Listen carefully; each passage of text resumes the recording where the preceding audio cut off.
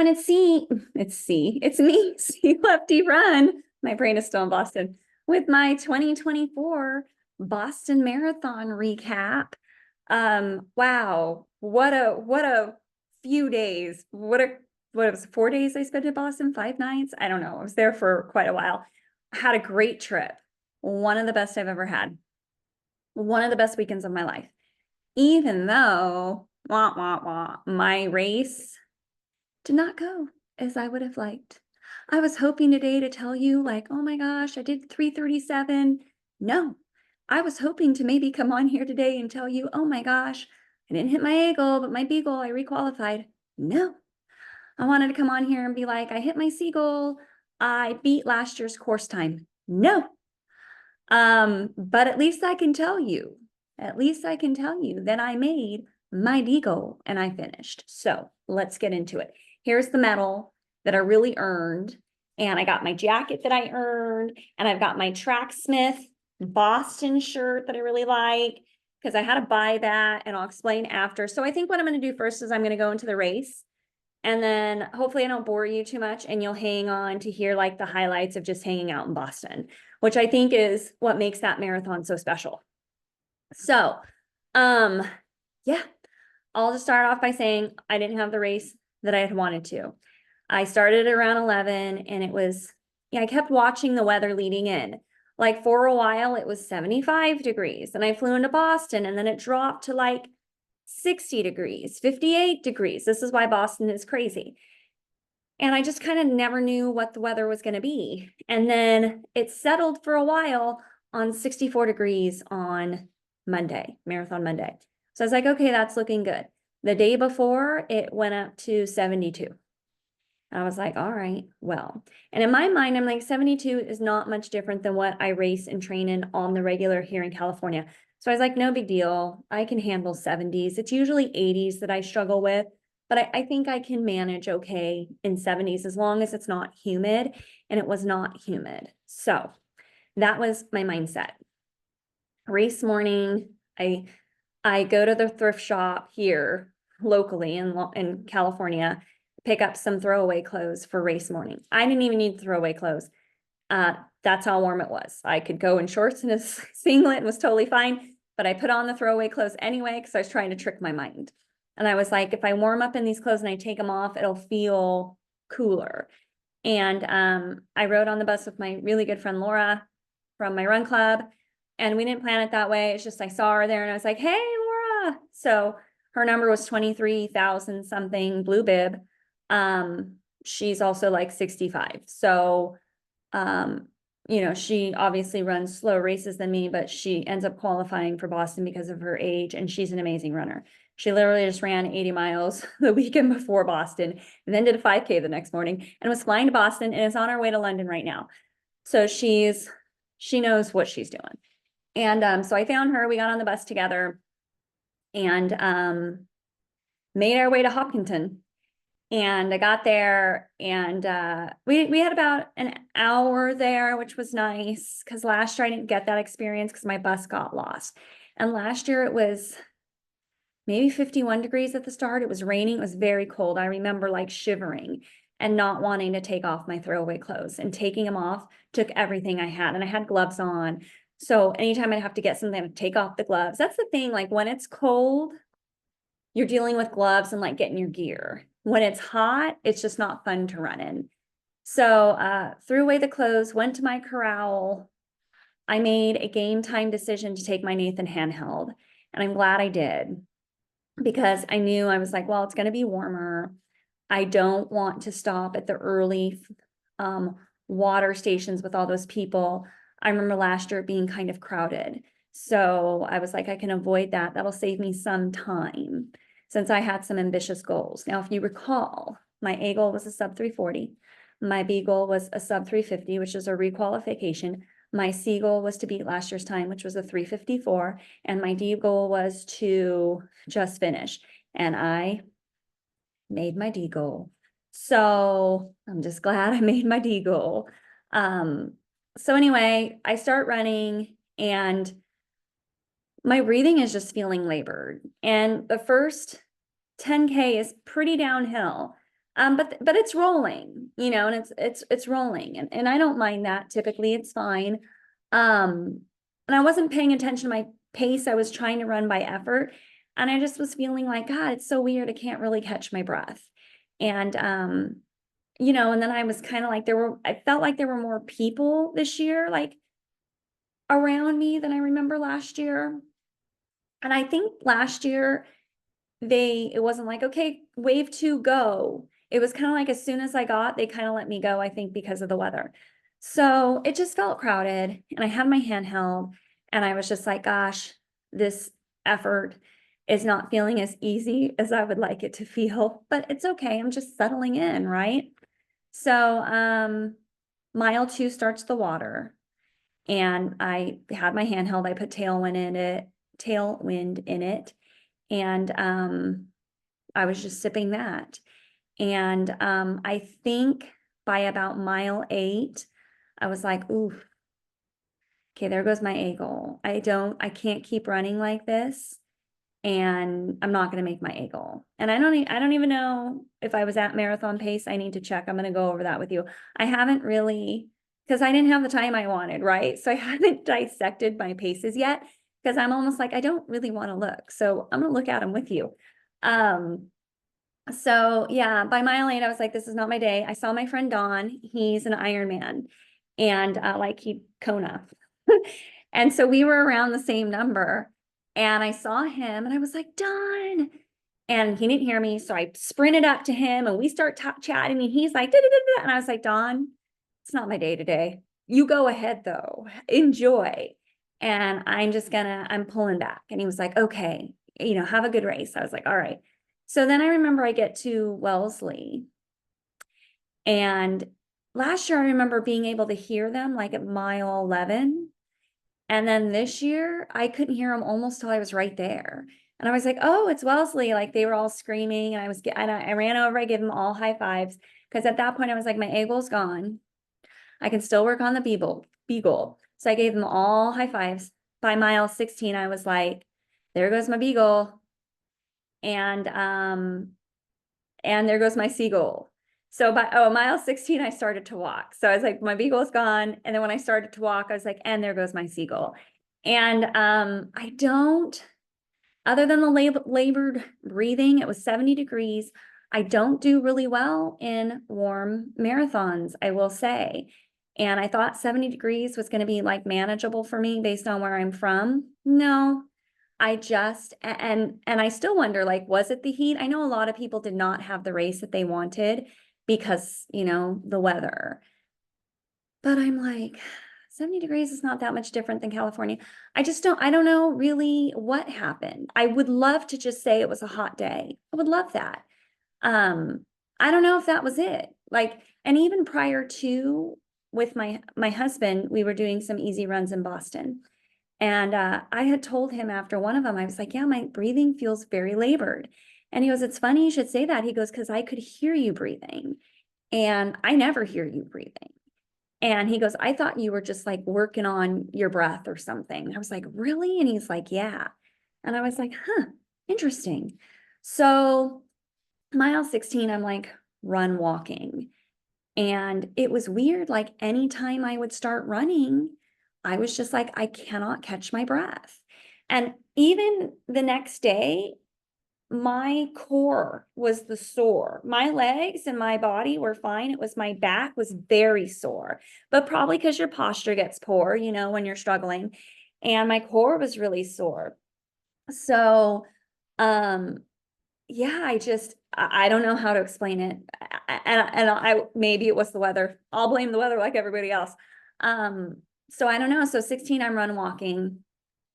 And then I think I tossed my handheld at like mile 10. And then I started going to the water stations. And it got to the point where I was like, just make it to that tree. Can you just run to that tree? Great. Good job. Like it was weird. And then I'd make it to the tree, and I'd be like, okay, you need to take a little break.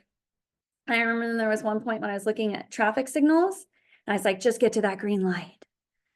And then I'd get to the green light, and I'd be like, could you make it to one more? Could you go to the next one? I'd get to the next one, you know, but it was the mind games. And it was just such a different experience this year from last year. Like last year, I was engaged with everything going on. I was high-fiving people. I was having a blast. This year, the miles did not tick by like they did last year. Although I will say it's such a fun course because you go through all the different cities, and each, like Wellesley, you've got the Screen Tunnel, and then you've got Heartbreak Hill, and you have all these different points of the course that are just totally different. So it really does make things go by quickly if you're having a good day. There were a couple people had hoses out, and I would run through those, and then I'd feel some wind, and it was like, oh, like air conditioning. Oh, so, yeah, so I struggled to get to the finish, and I somehow managed to get there. And I remember I was like, oh my God, here, you see the Citgo sign? That's a mile away from the finish. And I remember last year I got to the Citgo sign and I was sad. I was like, oh, I only have a mile left. Why can't it be longer? This year I saw the Citgo sign like three miles before. And I was like, where is that darn sign? Why am I? It was like a Vegas hotel. You know, when you go to Vegas and you see the hotel and you're like, it's just right there. And then you try to walk to it and it's like, no. That's how the Citgo sign is. And you're like, it's right there. And no matter, you just keep running and it's never coming. So finally I got to the Citgo sign, and then I made my right on Hereford. And then when I made the left on Boylston, I think Boylston's about 800 meters, a half mile still. And I was like, you cannot walk. You are not walking down Boylston. All these people came out to cheer you on. You are not walking. So I was like, okay. And I finished and I saw stars, and I like wanted to sit down, and you can't, which is, for good reason. On course, someone asked me, I was trying to open a gel, and she was like, are you okay? Because I had this one gel, Evernet or whatever it's called, I showed you, where you have to like turn it, you have to open it. You have to open it. And I was like, oh gosh, this isn't easy as it was when I was running. So she was like, are you okay? And I was like, yeah, I'm just getting my gel. But I must not have looked okay. And so yeah, at the finish, I was seeing stars. I wanted to sit down. I couldn't. Last year at the finish, I was like, woo, I remember I pretty much ran to my hotel, and they did this celebratory thing for me, and I had my medal, and I was like, woo, yeah, not this year. Not this year. I was not feeling it. And so let's go over my splits. Let's go over my splits. Stay here, stay tuned. Because like I said, I haven't looked yet. I'm saving this for you. Okay, I ran 26.6 miles. I did start my watch early. Yeah, so let's do it. Are you ready? Are you ready for it? Average pace 9:48. I walked for 28 minutes total. Mile 1, 8:03. A little fast. Mile 2, 8:06. Still a little fast. I was faster than marathon pace. I was like, should I have pulled back? Last year, I believe those first few miles were in the 8:30s. Mile 3, 8:12. This is the positive split race for me, you guys. If you want to know how to positive split, just ask me. Mile 4, 8:08. Mile 5, 8:54. Mile 6, 8:42. Mile 7, 8:40. Mile 8, 9:25. Mile 9, 8:59. Mile 10, 9:16. 11, 9:26. 12, 9:18. 13, 9:34. 14, 9:21. 15, 9:56. 16, 9:35. Newton starts right here. 17, 10:43. 18, 10:14. 19, 10:16. 20, 11:41. I saw my husband at 20. And I saw him at Heartbreak. And I have a story about that too. And I didn't stop, but I just kind of waved and I said, I'm really struggling. He goes, you look good. You're almost there. Like really, you're almost there. And I was like, okay. So mile 20, 11:41, mile 21, 12:16, because this is when maybe I started walking around here. Mile 22, 10:36, 23, 11:22, 24, 11:13, 25, 10:40, 26, 12:04. And then that last 6.2, 9:40. So terrible. The only 3 miles that I was relatively close to marathon pace were the first 4. Then after that, I was like, well, that was fun. So yeah, it was just weird about the labored breathing, and I had noticed that going into it. Did it have something still to do with my chest cold? Maybe I had COVID and I just didn't know. I don't know. I don't know, but it nonetheless, I finished. I was just so happy to finish. And I had a bunch of friends in Boston this year, my run club, and then my friend Jacob from St. Louis. And I got back to the hotel before my husband, and I didn't have a bathtub, no bathtub. And so I knew that obviously when I checked in, I was disappointed. Last year, I didn't need the bathtub because after I finished the marathon, I went to the bar. In fact, that's what I did when I finished last year. I went to the hotel bar and celebrated with all the people who finished. This year, I was like, I don't even know how I'm going to take a shower because there's no bathtub and I can't stand. And so, did I already tell you at the finish of this, I saw stars? So it was just not great. And I wanted to walk off that course 100 times. And honestly, I was like, and I've never trained for a marathon as hard as I trained for this. Like the mileage I was doing. And I will say this cycle, I never felt in sync with it. Like it just, and I don't know if it was because it was more intense and maybe my body just, I'm 46, maybe it's just doesn't want that intensity. Maybe I need to do a plan with a little bit more recovery built in. Was it the heat? Was it both? I don't know. I don't know. So I have to like totally rethink Berlin. Anyway, I get back. I'm like, I can't even stand in the shower. I'm gonna pass out. So I like laid down. My husband was on his way back. I had a beer in my hotel room. And oddly enough, I felt so much better after the beer. And so then I was able to pull myself together and take a shower. And then my friend wanted to go to dinner. So I was like, so we met for dinner and I met with a big group, and that was a lot of fun. And then we went and sang karaoke, and that was super fun. So I will say, DNFing was not an option for me. I've had much harder races than Boston was this year. Like 5 years ago, 420 would have been amazing. I would have been really happy with that. But just based on the time and effort I put in, it's disappointing, even if it was the heat. And that's the thing, you can train a lot and still not have a good race. But I was like, I am not finishing this. And my husband's like, it's right there. You got to finish. I looked at him. I go, oh no, I'm finishing. Like I will be the last person on this course. I am finishing. If they take me to the med tent, I will like escape and finish. So I was like, I bought the jacket. I already bought the jacket. I got to wear the jacket.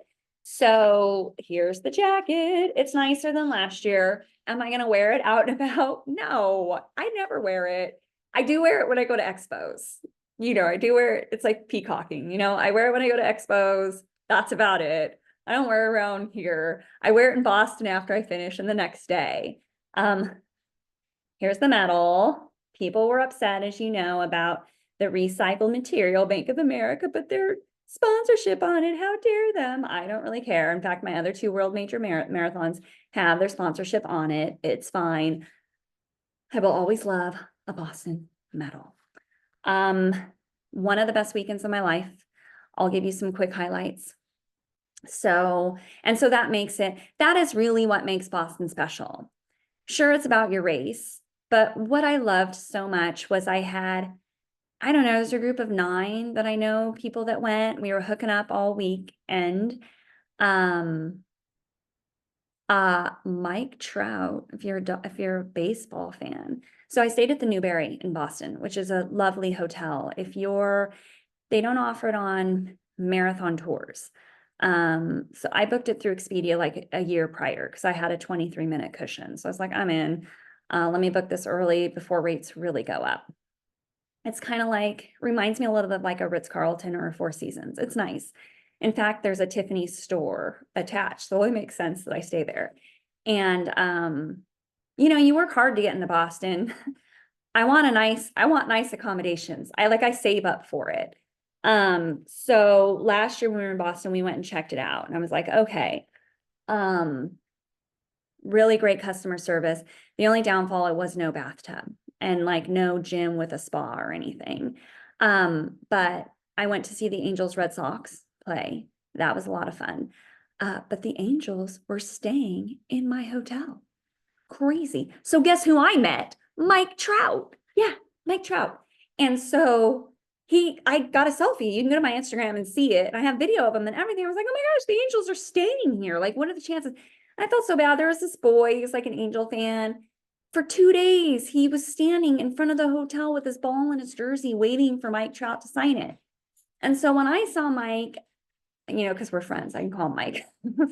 When I saw him, I just went up to him. I was like, hey, Mike, can I get a picture? I'm from Long Beach, California. And he was like, sure. So nice. So I told the little boy, I was like, look, you got to be aggressive. Like, because he was stopping for kids. Other players, they were not. He'd be like, I got to go, sorry. But he was, if you were a kid, he was stopping. And so after I got my picture taken with him, when I saw the boy the next day, I was like, look, you got to be aggressive. You just got to walk up there and be like, hey, Mike, will you please? And I said, he'll do it, because now I'm his ambassador. And then the next day, yeah, I saw him out there and I almost wanted to take the kid in my hotel, into the lobby because I had my key. And I almost want to say, just sit here. He's going to come out any minute. But I didn't want to get the hotel in trouble or anything like that. So I still don't know if the kid got the baseball sign. So I met Mike Trout. Okay. I did a shakeout run with Believe in the Run. Megan Murray brought my hat she brought my hat to Boston and I was messaging them and I thought they had like a team of people that maybe responded their DMs. No, it's them. And so someone kept saying, are you here? We have your hat. And I was like, yes, I'm here. Where are you? Who am I picking up from? And Thomas was like, it's Thomas. I said, oh, okay. So I went on the shakeout run and then Megan had it for me. And I was like, thank you so much. And it was $35. I handed her $40 and she was like, no, just 20 is fine. I go, are you serious? And she said, yes. And I was like, oh, so I took a picture with Megan Murray and Megan Featherstone were there. Megan Featherstone, right? It's Featherstone Nutrition, but she's Megan Stun. Megan Featherstone, Feathers, we'll say that. She was not running because she's doing London. And then on the shakeout, on the way back, talked to Robbie the whole time. So nice. And just, relatable guy, easy to talk to. So that was a lot of fun. Met my friend Nathan there, who was part of my run club, but we had never met in person before. So that was fun. What other highlights? Mike Trout. Oh, I met Tommy Rivs, you guys. So, as you know, I had plans to go to the Red Sox Angel game, and I invited my friend Jacob from St. Louis. Jacob, by the way, who went sub-3 at Boston. So not everyone had a bad Boston. There are a lot of people who had a good Boston. So what's my excuse? And Jacob's so nice. He's like, I did start an hour before you, and it was a whole different, and he's faster. Yeah. So he was nice. He was like, I started an hour before you. Our paces are a bit different. So I wasn't out there as long. And I'm like, okay, I'll give you that. So he went sub 3:40. My friend Leanne, who I trained with, she went 3:30 something. She goes, that's a slow Boston for me. And I'm like, it's good, And my friend Hiroko, who's 55, who I trained with, she ran a 3:51. So people did, and again, it wasn't the races that they wanted, but they were off by minutes, not like half hour like I was. What was I? 26 minutes off of my requal time, 40 minutes off of my goal. Like that's huge. Like most people are like, it wasn't my day. And it's like, you didn't make your goal by 3 minutes. I didn't make my goal by 40 minutes. But again, once I wasn't fighting I got to the point where it's like, I was fighting to finish. So, met Tommy Rivs. So anyway, we go to the Red Sox game. I know Tommy Rivs is doing a shakeout from 5:30. There's a meet and greet from 5:30 to 8. The game started at 4:10. So we're at the game. I can tell Jacob and his wife, they're happy to be there, but they wouldn't mind if we left early. So I said, would you guys mind if we dip out a little early? I need to go meet Tommy Rivs. And I said, if you want to stay, but is it okay? And so they were fine with it. So we left around 6:15. And I think the meet and greet was until 8 o'clock. Left at 6:15. I was hoping, so when I got to the meet and greet place, he was out on his shakeout. But there were a few people in line to meet him that didn't get to meet him before the shakeout. So I jumped in that line and waited. I bought a really cool sweatshirt. It says left foot, right foot, left foot, right foot, because that's how I feel sometimes. Like, just keep your left foot in front of your right foot. And I know he feels that way too, Tommy Rose. He told me. No, I'm just kidding. He didn't. So waited in line, and then the man, the myth, the legend appears. And so nice. He's like the Yoda of running. Like, you can tell he's an introvert. I don't think, my guess would be, like, I think he likes meeting people. I think a lot of people is probably a bit overwhelming for him. So I think he's more of a one-on-one kind of person. And but so kind. So, like, he was just like the running Yoda. And I was just like, oh my gosh, my weekend. And I even said a million times before, my weekend is complete no matter how this race goes. And I really felt that way. So after I finished on Monday, I was so happy and so excited. I sang my heart out on Tuesday. And usually after, when you struggle in a marathon, you're usually just happy to be done. Day one. And then day two, it hits you. You're like, could I have done anything different? Could I have changed anything? Did I really do my best out there? Did I have more to give? So then on Tuesday, I started to question it, and everyone would, and then I would bump into people in Boston who had their gear on, and all of them were like, tough day out there, huh? And I was like, yes. And I talked to one person who was like, I didn't even finish. And I was like, oh, that would be awful. You come out and you don't finish. And I had someone was like, yeah, I ended up in the med tent. Thank gosh they let me out so that I could finish. So there were a lot of stories like that, which I don't want to say is comforting, because I'm really not the type of person that's like, I had a bad race too, and I'm glad you did too. Like, I'm not, when it comes to those things, I'm not misery loves company. Like, I really want people to do well, because you train so hard. I don't know if deserve it is the right word, but if I can't have a good day, I want other people to at least be able to have a good day. And so to hear a lot of people was just kind of like reinforcing. And I go to my Instagram, and there was a woman, she's like, I walked off, like someone I follow. And yeah, so some people DNF'd. Most people did not have the time they were shooting for. But like I said, I know my friend Jacob did. His goal was to go sub-3 at Boston. He did. And I'm really happy that he did that. I know he worked really hard for it. So amazing weekend, would 100% stay at the Newberry again. As you know, I have Berlin in September. I don't know what my approach to training is going to be for that. I hate fall marathons. In fact, if I wasn't going to Berlin with my friend Leanne, I would probably defer. That's kind of where I'm at right now. I'm kind of like, maybe I just need a break for a bit. But Leanne and I already made plans. And so we're going. So I got to figure out, am I just going to go for fun? It's a world major. I said I would never try to like PR for world majors. Again, training in the summer, which I hate. So I don't know. Like, I have time to figure it out. And I don't really want to, I think my mind needs a break from all of it at the moment. So I've got Rebel Big Bear. That's the one, registered for that. I'm like, I can always defer that. I have Chicago because I had a time qualifier. Definitely deferring that. It's too expensive. I'm okay to miss Boston in 2025. I don't need to go back next year. It's going to be too expensive. I really want to focus on London and Tokyo. I want to get those done. And then hopefully I could, after that, go back. I mean, I really do love Boston. It is my favorite course. It chewed me up and spit me out this past Monday. Last year was amazing.